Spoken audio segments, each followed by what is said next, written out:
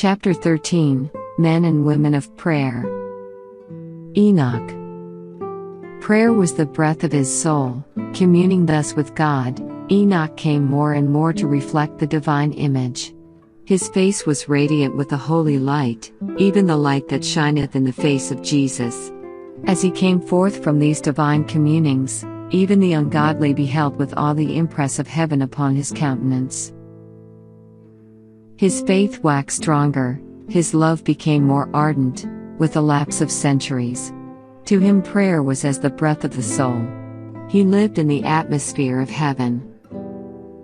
Distressed by the increasing wickedness of the ungodly, and fearing that their infidelity might lessen his reverence for God, Enoch avoided constant association with them, and spent much time in solitude, giving himself to meditation and prayer.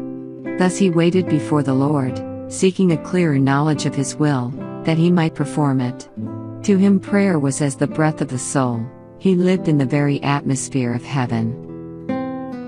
Enoch walked with God through prayer. I wish I could impress upon every worker in God's cause the great need of continual, earnest prayer.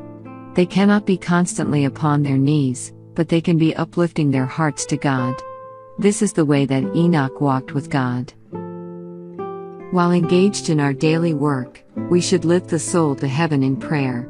These silent petitions rise like incense before the throne of grace, and the enemy is baffled. The Christian whose heart is thus stayed upon God cannot be overcome. No evil arts can destroy his peace. All the promises of God's word, all the power of divine grace, all the resources of Jehovah, are pledged to secure his deliverance. It was thus that Enoch walked with God. And God was with him, a present help in every time of need. Individuals sought out Enoch for prayer. Enoch became a preacher of righteousness, making known to the people what God had revealed to him. Those who feared the Lord sought out this holy man, to share his instruction and his prayers. The greater Enoch's labors, the more earnest his prayers. In the midst of a life of active labor, Enoch steadfastly maintained his communion with God.